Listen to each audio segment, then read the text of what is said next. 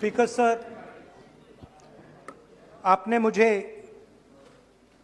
सदन में बोलने का मौका दिया, इसका मैं बहुत बहुत आभारी हूं। धन्यवाद। कल प्रधानमंत्री जी ने अपने भाषण में विपक्ष के बारे में बोला था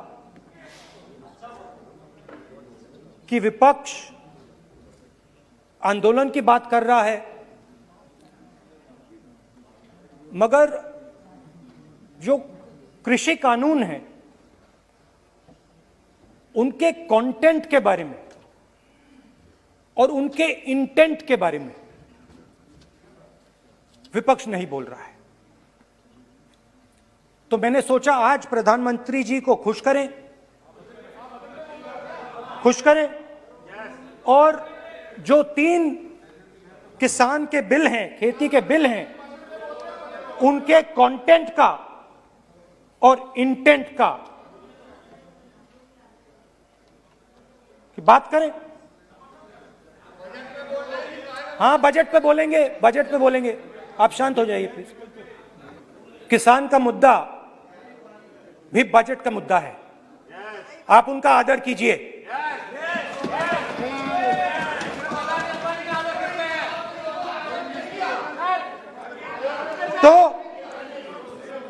तो बात है कि इन 3 कानूनों का कंटेंट और इंटेंट क्या है। तो पहले कानून का कंटेंट क्या है? पहले कानून का कंटेंट है कि कोई भी व्यक्ति देश में कहीं भी कितना भी अनाज, सब्जी, फल खरीद सकता है, जितना भी खरीदना चाहता है खरीद सकता है। तो अगर खरीदी देश में अनलिमिटेड खरीदी होगी तो मंडी में कौन जाएगा? मंडी में कौन जाके खरीदेगा? तो पहले कानून का कंटेंट मंडी को खत्म करने का है। इसका लक्ष्य मंडी को खत्म करने का है। दूसरे कानून का कंटेंट क्या है कि बड़े से बड़े उद्योगपति जितना भी अनाज, जितना भी फल, जितनी भी सब्जी स्टोर करना चाहते हैं वो स्टोर कर सकते हैं, कोई लिमिट नहीं, जितना वो होल्ड करना चाहते हैं कर सकते हैं। दूसरे कानून का कंटेंट एसेंशियल कमोडिटीज एक्ट को खत्म करने का। दूसरे कानून का कंटेंट जमाखोरी को अनलिमिटेड तरीके से हिंदुस्तान में चालू करने का। अब तीसरा भी कानून है। तीसरा कानून का कंटेंट जब एक किसान हिंदुस्तान के सबसे बड़े उद्योगपति के सामने जाकर अपने अनाज के लिए, अपनी सब्जी के लिए, अपने फल के लिए सही दाम मांगे तो उसे अदालत में नहीं जाने दिया जाएगा। तीसरे कानून का कंटेंट, आपको याद होगा सालों पहले फैमिली प्लानिंग का एक नारा था, आपको याद होगा, हम 2 हमारे 2। अब मैं इंटेंट की बात करता हूं, कानून के इंटेंट की बात। आज क्या हो रहा है? जैसे कोरोना दूसरे रूप में आता है, वैसे ही ये नारा दूसरे रूप में आया है। आज इस देश को 4 लोग चलाते हैं, हम 2 और हमारे 2। जैसे उस टाइम नाम सब जानते हैं, आप बोलो, आप डिस्टर्बेंस मत। हम 2 हमारे 2। और रबानी ये किसकी सरकार है? हम दो, हमारे दो की। माननीय सदस्य इधर तो आप आसन को पहले कानून का इंटेंट बताता हूं। आप आसन को संबोधित करें। पहले कानून का इंटेंट माननीय सदस्य आप आसन कि हमारे दो मित्रों में से एक जो सबसे बड़ा मित्र है उसको पूरे हिंदुस्तान के अनाज, फल और सब्जी को बेचने का अधिकार। यह है पहले कानून का इंटेंट। नुकसान किसका होगा? नुकसान ठेले वालों का होगा, नुकसान छोटे व्यापारियों का होगा, नुकसान जो लोग मंडी में काम करते हैं, लाखों लोग, उनका होगा। अब चलिए दूसरे कानून की इंटेंट की बात करते हैं। दूसरा कानून का इंटेंट दूसरे मित्र की मदद करने का है। दूसरे मित्र को पूरे देश में अनाज, फल और सब्जी की स्टोरेज की मोनोपोली दी जा रही है। आज दूसरा मित्र 40% हिंदुस्तान का अनाज अपने साइलों में रखता है। ये कांग्रेस पार्टी की बैठक नहीं है, ये सदन है। फल और सब्जी अगर बजट में साइलोज में रखेगा। ये सभा नहीं है। प्रधानमंत्री कहते हैं सर मैं अध्यक्ष जी आपको कहना चाहता हूँ, जब आपने बजट के लिए चर्चा के लिए पुकारा, मैं बता रहा हूँ, एक मिनट बैठिए। माननीय सदस्य, आज बजट पर चर्चा है, मैं आग्रह करता हूँ। प्रधानमंत्री कहते हैं बजट पर कि मैंने ऑप्शन दिया है। हाँ, आपने ऑप्शन दिया है। 3 ऑप्शन दिए हैं। पहला ऑप्शन भूख, दूसरा ऑप्शन बेरोजगारी, तीसरा ऑप्शन आत्महत्या। ये 3 ऑप्शन आपने दिए हैं। अब देखिए मामला क्या है। मामला ये है कि हिंदुस्तान का सबसे बड़ा बिजनेस, सबसे बड़ा व्यापार एग्रीकल्चर का है। अब बजट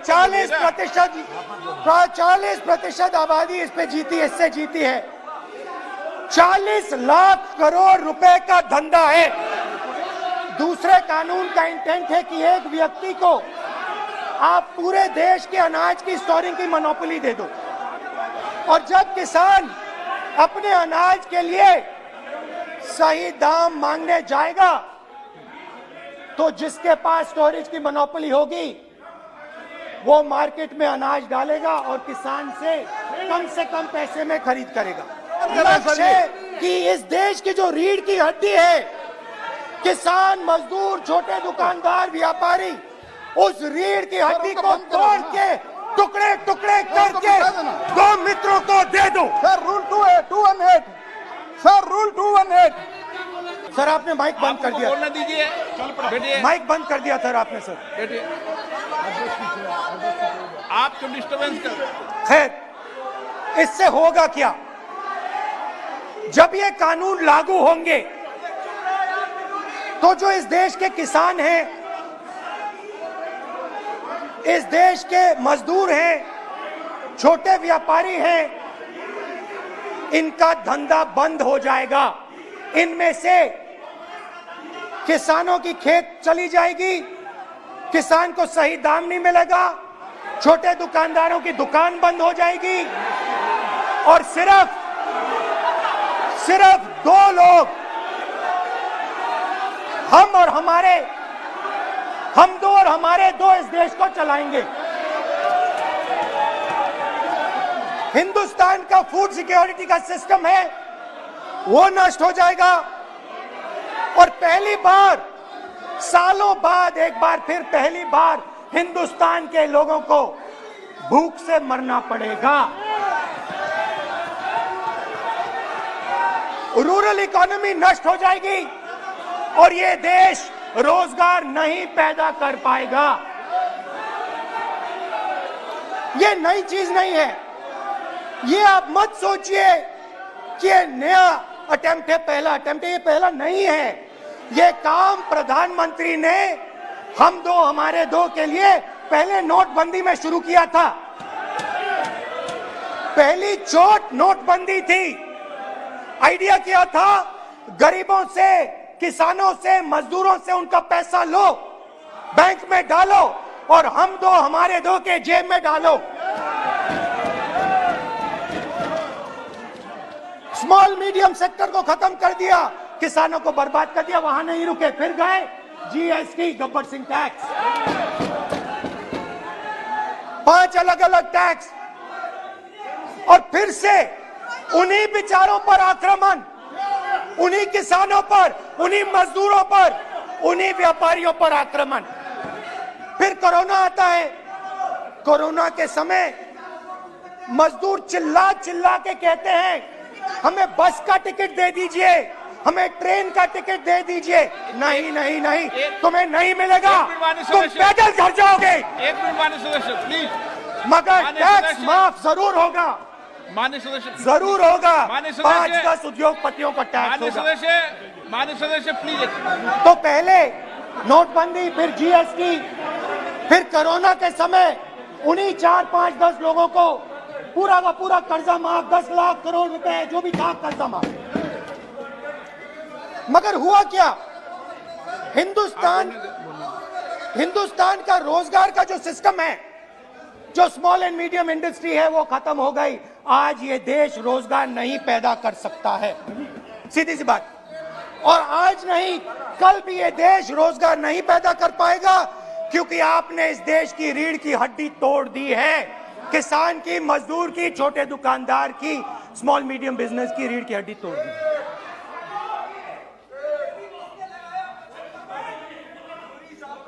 मगर ये मत समझिए कि ये किसानों का आंदोलन है। ये किसानों का आंदोलन नहीं है। आपको बात अभी समझ नहीं आई है। ये देश का आंदोलन है और ये किसान सिर्फ रास्ता दिखा रहा है। किसान अंधेरे में टॉर्च दिखा रहा है और एक आवाज से ये पूरा देश उठने वाला है। पूरा देश एक आवाज से हम दो हमारे दो के खिलाफ उठने जा रहा है। और ये याद रखिए, मैं कह रहा हूं, लिख के ले लीजिए। आप सोचते हो कि हिंदुस्तान के किसान को, मजदूर को, छोटे दुकानदार को अपने पैसे से, अपने धन से परे कर सकते हो। ये आप सोचते हो, आप ये सोचते हो। आप लिख के ले लो मुझसे, किसान 1 इंच पीछे नहीं हटने वाला है। किसान आपको हटा देगा, मजदूर आपको हटा देगा, छोटा दुकानदार आपको हटा देगा, मगर वो पीछे 1 इंच नहीं हटने वाला। आपको कानून वापस लेना ही पड़ेगा। अब बात करते हैं बजट की। जब बजट पर बातचीत करने की बात उठी थी, प्रेसिडेंट एड्रेस पे बात करने की बात उठी थी, तो हमने कहा था, विपक्ष ने कहा था, हमें किसानों के आदर करने के लिए किसानों के सब्जेक्ट पे अकेला बोलने दीजिए। एक साथ हम सब मिलकर किसानों के मुद्दे पे बोलेंगे। स्पीकर सर ने सरकार से पूछा और सरकार ने कहा नहीं, किसानों के मुद्दे पर चर्चा नहीं होगी, बजट पे होगी और प्रेसिडेंट एड्रेस पे होगी। अलग चर्चा किसान के मुद्दे पे नहीं हो सकती। तो प्रोटेस्ट में मैं कह रहा हूं, मैं बजट पे आज यहां टिप्पणी नहीं करने वाला हूं। मैं आज सिर्फ किसान के मुद्दे पे बोलूंगा और उसके बाद मैं अपना मुंह चुप कर दूंगा। अंत में मैं कहना चाहता हूं कि जो 200 किसान शहीद हुए, उनको इन लोगों ने श्रद्धांजलि नहीं दी। मैं सब सांसदों से कहना चाहता हूं, मैं अपने भाषण के बाद 2 मिनट शहीदों के लिए मौन रहूंगा। आप मेरे साथ खड़े हो जाइए। धन्यवाद।